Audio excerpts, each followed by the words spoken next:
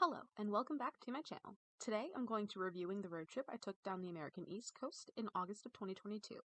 I'll be ranking the parks and coasters I rode on this trip. Stay tuned for the end of the year when I modify my overall rankings. First, let's talk about the parks. I went to 10 parks on this trip, 7 new ones. But I'm not going to count the Fun Spot parks because I really only did Sky Coasters and then left. So 8 parks, 5 new ones. I'll be ranking based on my overall experience, as well as breaking down some numbers, similar to how I did for my Midwest trip in May. My number 8 park is going to be Six Flags Over Georgia. Maybe I wouldn't have disliked this park as much if I hadn't come from Busch Gardens and Universal in the previous days. The rides were alright, and Cyclone and Goliath are a good top 2, but nowhere near the best rides I've ridden. There were a few safety concerns that came up, and as someone who has worked in rides before, it just wasn't something I could ignore. The employees here seemed to be some of the least enthusiastic I encountered on this trip. The food was alright, on par with Six Flags, I guess. Aside from the safety concerns, which I did report, I wouldn't say anything in the park was necessarily bad. I just wasn't impressed by anything, and nothing was so good to the point of wanting to plan another trip out near Atlanta. My number 7 park is going to be Dollywood. This might be a shock, I know. The short of it is, I loved the atmosphere and sheer beauty here. Everyone was so nice and welcoming, and it truly felt like Southern comfort all around. The food was delicious, and the shows were great, even for someone like me who hates country. But I was incredibly underwhelmed by the rides, especially Lightning Rod. So many people had hyped that up to be a top-tier coaster, and it just fell flat. Almost, if not all of the rides, hurt in some way to some degree. This park probably would have been higher on my list if it hadn't been so hyped up to me. Because of that, what could have been a wonderful park was kind of a letdown. Number 6 is Carowinds, also maybe a shock. This park and its star attractions were also incredibly hyped up, and also felt like it kind of fell short. Just not as much as Dollywood, in my opinion. Fury was by no means bad, but I wouldn't call it the best steel coaster. Afterburn also wasn't bad, but it wasn't crazy impressive like I was somewhat expecting. Copperhead blew me away, and even Intimidator surprised me, overcoming its nickname. Even the supporting coasters like Vortex, Hurler, Cobra, Cyclone weren't as rough as they had been amped up to be. Nighthawk was closed, which those rides are notorious for, so while that was a bummer, it wasn't a shock. Carowinds and Dollywood were very close, but I think Carowinds got the edge because Lightning Rod was a bigger letdown than Fury. The number 5 park is SeaWorld. This is my first time here. Well, I went as a baby, but I don't count that. I absolutely loved the theming, atmosphere, and music. It's a beautiful park with some great rides. I was expecting Mako and Manta to be good, which they were, but Kraken, Atlantis, and Icebreaker all took me by surprise. I enjoyed the shows I got to watch, which were both educational and entertaining. The day was cut short by a storm, but I can't really complain. I'd done everything I wanted besides Infinity Falls and a second ride on Icebreaker. One complaint I have about the whole SeaWorld chain is the prices. Admission and food especially. I had bought a vacation package that gave me incredible discounts on the Florida parks, but if I hadn't, I was looking at a $100 ticket. We'll get more into admission prices in a minute, but looking at the prices, the reason that SeaWorld is the lowest of the parks in that chain that I visited is because there's not as much to do.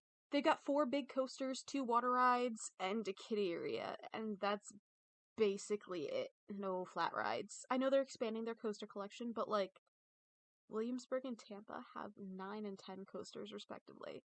I would definitely like to come back here though, especially during a holiday event. Number 4 is King's Dominion.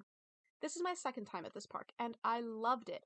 I lucked out with crowds being non-existent, especially since I was only there for a couple of hours. Their top 2 rides are elite with I-305 and Timbers, and my 3 rides I got on Timbers blew me away.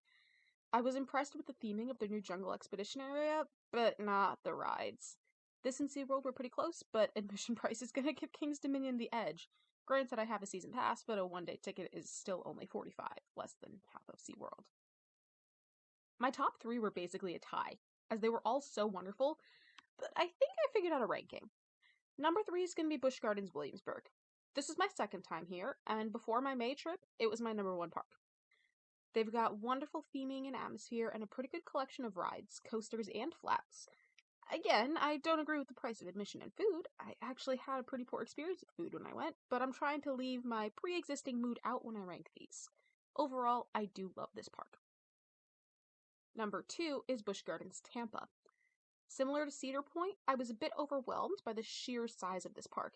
But unlike Cedar Point, which could be seen as good or bad, this park had less rides that I wanted to get on.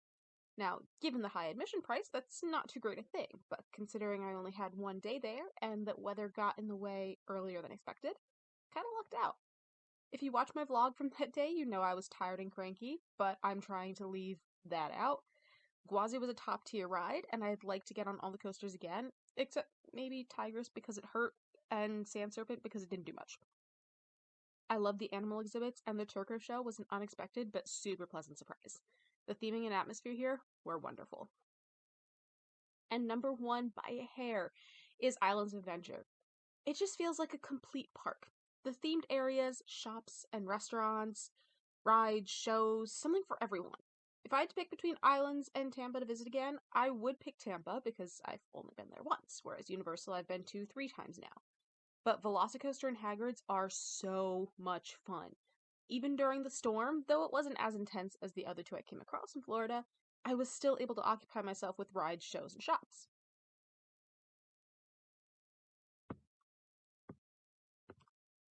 Okay, so now I want to talk about some numbers.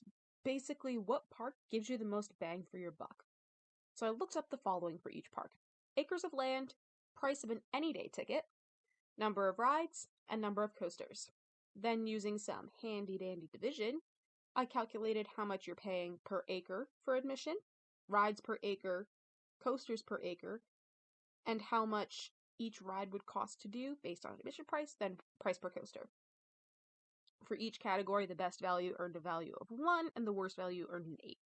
Then I added them up to see who has the overall best and worst values. Bear with me, I'll walk you through it. So Carowinds has the most area with 408 acres. That likely includes the water park, but the park is included in the admission price, so I counted it. Second largest is King's Dominion with 400 acres. Same water park situation. Then it's Williamsburg with 383, Tampa with 335, Over Georgia with 297, likely including the water park, SeaWorld with 200, Dollywood with 150, and lastly, Islands with 110. Now let's look at ticket prices. Because some parks offer cheaper tickets for certain days, I decided to look at any day tickets rather than date-specific tickets to keep it consistent. Over Georgia and Carowinds were the cheapest with $40, then King's Dominion with $45. Dollywood was the third cheapest at $89, a huge jump. Then Williamsburg was $100, Islands was $109, and SeaWorld and Tampa were both the most expensive at $125 for an any day ticket. Now, total rides. I know I included water park in the acres because that's hard to eliminate from the calculation, but I didn't include the water park in the ride collection. King's Dominion has the most with 48, then Dollywood at 41. Carowinds and Over Georgia both have 39.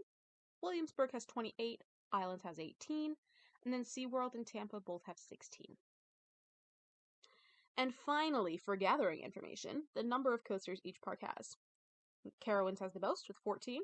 King's Dominion's not far behind with 13. Over Georgia has 11, and Tampa has 10. Williamsburg and Dollywood both have 9 coasters. Then SeaWorld's got 6, and Islands has 5. Okay, now for the calculations. Price per acre, calculated by dividing admission price by number of acres of land. Cheapest was Carowinds with 10 cents per acre. Close second was King's Dominion with 11 cents per acre. Next was Over Georgia with 13 cents per acre. Then Williamsburg with 26 cents per acre. In 5th place was Tampa with 37 cents per acre. Jumping up a bunch, next is Dollywood with 59 cents per acre. SeaWorld is second to last with 63 cents per acre. And Islands is in last place with 99 cents per acre, basically $1. So we've looked at admission price. Now how about rides? I calculated rides per acre by dividing number of total rides by number of acres of land. Dollywood had the most with 0.273. In second place, a fair amount behind, was Islands with 0.164. Next was Over Georgia with 0.131, then King's Dominion with 0.12. Fifth place was Carowinds with 0.096, and sixth was SeaWorld with 0.08. Second to last was Williamsburg with 0.073, and last place was Tampa with 0.048. Alright, we're enthusiasts here, so it doesn't only matter how many rides you're going to get per acre, it matters how many coasters you're getting per acre, calculated by taking number of coasters divided by acres. The top three were the same as rides per acre, with Dollywood at 0.06, Iowa at 0.046, and Over Georgia at 0.037. Fourth place is taken by Carowinds with 0.034, and fifth King's Dominion with 0.033. Next is SeaWorld at 0.03. Second to last is Tampa, super close to SeaWorld with 0.0299. And last is Williamsburg with 0.024. And for the last two calculations, how much are we paying per ride? Calculated by dividing admission price by number of rides. Cheapest was King's Dominion with 94 cents per ride. Second cheapest was a tie between Carowinds and Over Georgia, $1.03 per ride. Next was Dollywood with $2.17. Williamsburg is next with $3.87. A big jump to second to last, Islands with $6.06. And last place, most expensive, is a tie between SeaWorld and Tampa at $7.81 per ride. So man, if you're going to these Florida parks, you better ride everything twice. And finally, if we're just riding coasters, how much are we paying per coaster? Calculated by dividing admission price by number of coasters. Cheapest is Carowinds at $2.86, then King's Dominion at $3.46, and Over Georgia close behind with $3.64.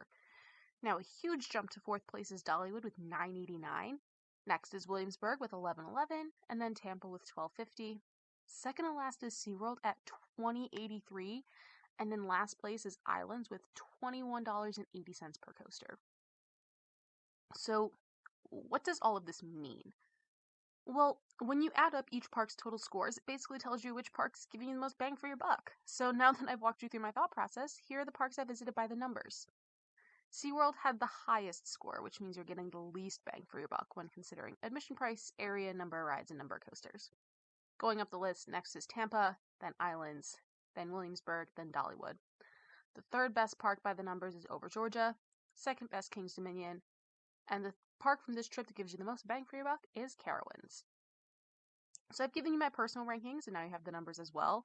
That was really nothing more than me just being curious. You know, it doesn't mean that any park is better or worse because of those numbers. Now for where the coasters from this trip rank.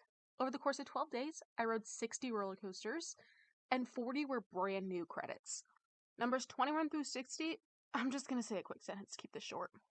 Number 60, Reptilian at King's Dominion. It was shaky and uncomfortable to sit, and I cannot see myself riding this again in any situation. 59, Dahlonega Mine Train at Over Georgia. This was just... Arrow, what were you thinking? 58, Tennessee Tornado at Dollywood, also pretty shaky and not exciting. 57, Whistlepunk Chaser at Dollywood. It's a kiddie coaster and kind of janky, but moved slow enough that it didn't hurt. 56, Super Grover's Boxcar Derby at SeaWorld. Another kiddie coaster, just not as janky. 55, Sand Serpent at Tampa. This one just didn't do anything. 54, Flying Cobras at Carowinds. It's one of the better boomerangs in my opinion, but still a boomerang. 53, Incredible Hulk Coaster at Islands. Yes, it got the retrack in 2016, but it just hurt all over more than I remember, and being so fast and intense just makes the shakiness worse. 52, Vortex at Carowinds. It's a stand-up.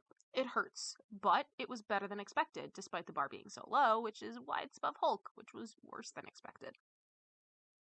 51, Hurler at Carowinds. This one also hurt, but not nearly as much as it was hyped up to be. 50, Thunderhead at Dollywood.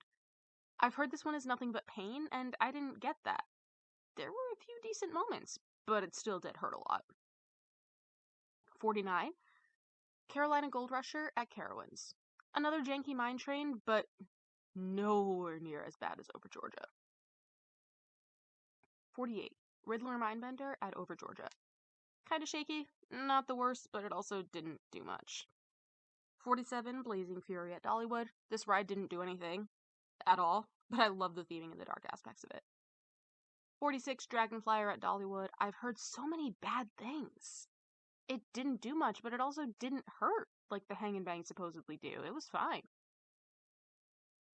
45, Batman at Over Georgia. Like I said in the video, it was more intense than Jersey, but also way more headbanging, and on transition elements too, not just the inversions. 44, Blue Hawk at Over Georgia.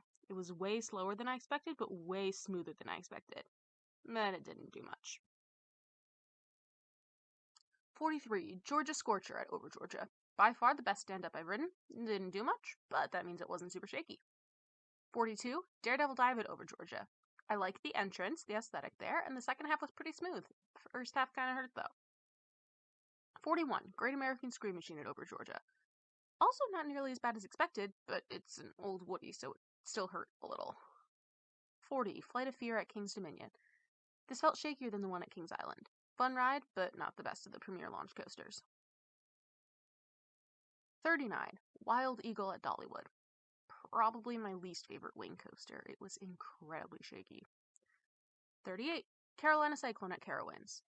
It was smooth for an aero looper, but also short. 37, Scorpion at Tampa. A unique ride. It was smooth, but it didn't do much. 36, Tumbili at King's Dominion. It felt more forceful and less nauseating than the Joker clones, but I didn't flip once. 35, Superman at Over Georgia. It was better than the one at Great Adventure because of the terrain, but the layout was the exact same and not too exciting. Also, they had 5-minute dispatches running one train. 34, Tigris at Tampa. I like the forces you get with a third car on the train, but it was very shaky for a Skyrocket too. 33, Cobra's Curse at Tampa. It was a new and unique experience to me, a super fun family ride. 32, Afterburn at Carowinds. It didn't hurt, but it's not the tallest, fastest, or most intense invert. I was impressed, but not that impressed. 31, Alpengeist at Williamsburg. It is taller, faster, and more intense, but lots of headbanging. 30, Dominator at King's Dominion. This is good for a floorless. Definitely very smooth, but obviously you're still going to get some headbanging being on floorless with those clunky vest restraints. 29, Kumba at Tampa. This did have a rattle, but it was way smoother and more enjoyable than expected. Being on floorless and sit-downs just aren't my favorite. 28, Kraken at SeaWorld. Similar to Kumba, it just felt slightly smoother. 27, Invader at Williamsburg. It's a typical family coaster, has a bit of that Woody rattle, but not unbearable. It doesn't do much, though. 26, Fire Chaser Express at Dollywood. This is long, relatively smooth, and incredibly unique. The backwards launch was surprisingly forceful, too. 25, Apollo's Chariot at Williamsburg. It's good for what it is, and where it fits in coaster history, but that straight track is unforgiving. 24, Goliath at Over Georgia. The downwards helix was nice and forceful, but this just didn't feel like it had the forces of an elite hyper. 23, SheiKra at Tampa. It was smooth and I enjoyed the tunnel off the mid-course, but it felt short and only has one inversion. 22, Intimidator at Carowinds. This ride was better than expected, but the bar was low. It wasn't the best hyper that I've ever ridden, but it also didn't earn the nickname Intimidator when I rode. 21, Lightning Rod at Dollywood. Don't come at me. This is my first topper track, and this just wasn't it. There was a clear distinction between the iBox and topper track sections, and I came off with a headache. This coaster is so unique, though, and I think if it was fully iBox, it would be way higher on my list. Number 20 might be a surprise, and that's Journey to Atlantis at SeaWorld. As a coaster, it doesn't do much, admittedly. But when you add in the flume and dark ride elements, this ride is so complete. I love the theming and soundtrack, and it was way longer than I expected. I would have been satisfied if this was only a dark boat ride. But then you're also treated to 2 drops in a coaster section. What more could you ask for? Number 19, Griffon at Williamsburg. This was a little rougher than I remembered, but still overall smooth. 2 inversions and a splashdown, plus the illustration from the top of the first drop of the Coke bottle. Wonderful. 18, Mystery Mine at Dollywood. Sure, it was a little shaky, but I could definitely ride this again before Lightning Rod. It's super kooky and weird. I love how it's indoor and outdoor. There's 2 lifts, the fire effect is cool, and the stall before the brake run is so unique. 17. Smoky Mountain Alpine Coaster. The capacity sucks, and they're so expensive for one ride, but they're so much fun. This trip was the first time I ever did a mountain coaster at night, and it is so much more thrilling. Obviously, I went down at top speed, so it's super fast, or at least it feels fast, and these are super long, too. 16. Moonshine Mountain Coaster. All the things I said about the Smoky Mountain apply here, too. I just like the lighting package better here. On Smoky Mountain, the sides of the track were lit. On this one, it was the trees and bushes next to the track, so it felt more relaxing and less neon and bright. 15. Manta at SeaWorld. By far the best flying coaster I've been on. Until I get over to Phantasialand, at least. I love the soundtrack and the queue, the aesthetic shots and multiple near misses with the water, and it did more than the Superman clones. Manta has 4 inversions compared to Super's 2. 14. Montu at Tampa. This was a great invert. The lift was silent. The ride was for the most part smooth and forceful, and I loved the elements that dove down into the trenches. Inverts just haven't historically been my favorite type of ride. 13. Icebreaker at SeaWorld. This ride took me by surprise. It's advertised as a family coaster, which I definitely understand, but that was one intense family coaster. We sat around the middle and got insane ejector on the launches. I just wish the track after the launches was longer. The comfort collars were bulky in terms of getting them on and off, but didn't interfere with the ride itself, more of a nuisance in the station. I wanted to get a second ride on this, but Florida summers, you know? Number 12, Mako at SeaWorld. I'll be honest, this ride had more of a rattle than I expected. It wasn't unbearable, though. This ride had been incredibly hyped up. Not to say that it was bad by any means, but it also didn't wow me. That being said, it's still the highest ranking hyper from this trip, quite possibly above Nitro. Just missing the top 10, number 11 is Cheetah Hunt at Tampa. This was loads of fun, a nice family coaster, kind of on the more intense side. The restraints weren't unbearable, but I do wish they were a little less hard and clunky. The ride itself was nice. I guess I just expected those low-to-the-ground S-bends at the end to be taken faster. Not horrible, just not what I expected. And then the lines. Other than that, I didn't really have any complaints. It was loads of fun, super long, nice setting. I just wouldn't wait over an hour for it again. Just cracking the top 10 is Twisted Cyclone at Over Georgia. This had some great forces and a unique element right after the first drop, which I called an RMC Cobra roll, but if that's wrong, somebody please correct me. I just wish this ride could get a third lap low to the ground like Wicked Cyclone or Vengeance. It just felt short, but it's an RMC, so it's smooth, forceful, and wonderfully paced. Number 9. Fury 325 at Carowinds. I wasn't too impressed with this, at least not as much as I thought I would be. It was good, yes, but it had been hyped up so much that I felt a little underwhelmed. It wasn't bad. I would call it Nitro, but slightly better. Pretty smooth, good positive and negative Gs, just not on the level I thought it would be. That being said, it still made my top 10 of the 60 I rode on this trip, so. Number 8, I-305 at King's Dominion. This is a great ride. It's the only ride I've consistently grayed out on, even while hydrated. The positives are insane, and those S-bends are taken at such a snappy pace. The trim after the second helix sucks, but again, I know why it's there, and the ride picks right back up after. That last S-bend did snap against my neck both times I rode, which I don't remember from last year, but it wasn't awful to the point of not riding again. It was wonderful to get 2 more rides on this. I think my opinion on it stayed just about the same, didn't go up or down. Number 7, Verbolten at Williamsburg. This ride has such a special place in my heart for literally no reason. I guess it's the theming? This thing is, it's not rough, but it's not an RMC. Its highest point is less than 100 feet, and it only goes about 50 miles an hour, but it's just fun. Number 6, Pantheon at Williamsburg. I didn't want to choose between these two, but I decided to give Pantheon the edge because of its intensity. I wish the theming was better and layout was longer, but man, I was not expecting the amount of ejector you get on the launches both ways, as well as the top hat. And the hang time on that first inversion, and the stall! This ride, watching POVs and even watching the ride in person, looked a lot slower than it felt.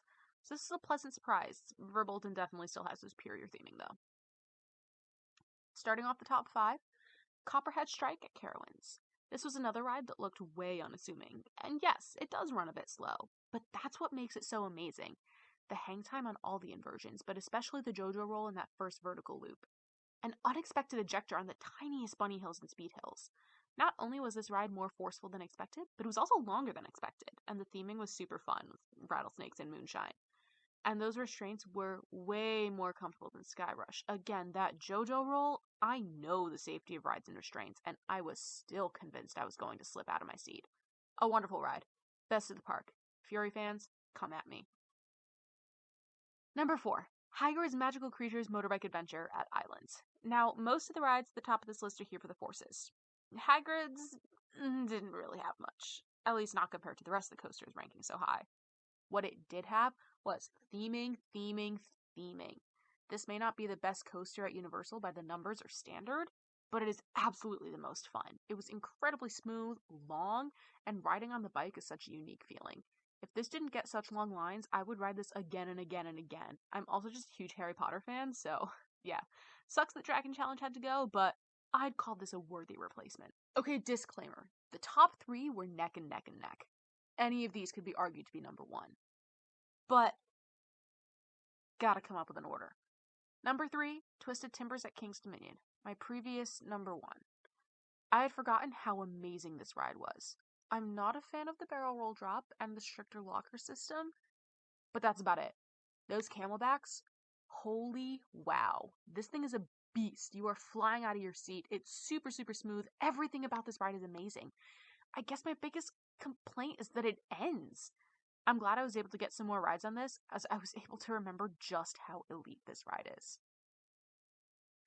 Number 2, Iron Gwazi at Tampa. If this had another lap, it would easily be number 1. The forces from as early as the first drop are the next level, since it's a hyper. Actually, before the first drop, I got one ride, first ride of the day, back row, and I was whipped over that pre-drop. The ride was amazing. Such fast pacing and amazing elements and airtime. I just wish it was longer. This would be, in my opinion, the perfect roller coaster if it had an extra lap. And number 1, by a hair, is Velocicoaster at Islands. This ride's theming and atmosphere is definitely what sets it above the rest. Don't get me wrong, the ride itself is great, but I don't think I would call it elite if you took the theming away. But the near misses in the raptor paddock with the rock work and the raptors. Similar to Pantheon, POVs and watching off-ride, I was expecting the top hat to be kind of forceless given how slow it's taken, but front and back row alike, I got whipped over that thing, flung out of my seat. The little speed hill before the Mosasaurus roll threw me for a loop because I didn't feel much on that element. But the Heartline roll over the water, hang time sure, but never have I experienced ejector airtime on an inversion. That was an amazing, one-of-a-kind sensation. I also got the full experience by getting evac from the brake run after my second ride. This ride, as well as Iron Gwazi, I have to give credit where credit is due, were incredibly hyped up, and I was kind of preparing myself to be underwhelmed like some of the other rides on this list. But both of these rides absolutely delivered. Thank you guys so much for tuning in to my overview review of my 12-day solo road trip down the American East Coast in August of 2022. It was definitely a long trip and definitely got lonely and tiring, but I'm so glad I was able to go. Tune in later this year or beginning of next year when I edit and finalize my top 10, 15, 20, not exactly sure, but we'll be adding these new credits into my ranking. Until then, thank you so much for watching, and I'll see you guys later.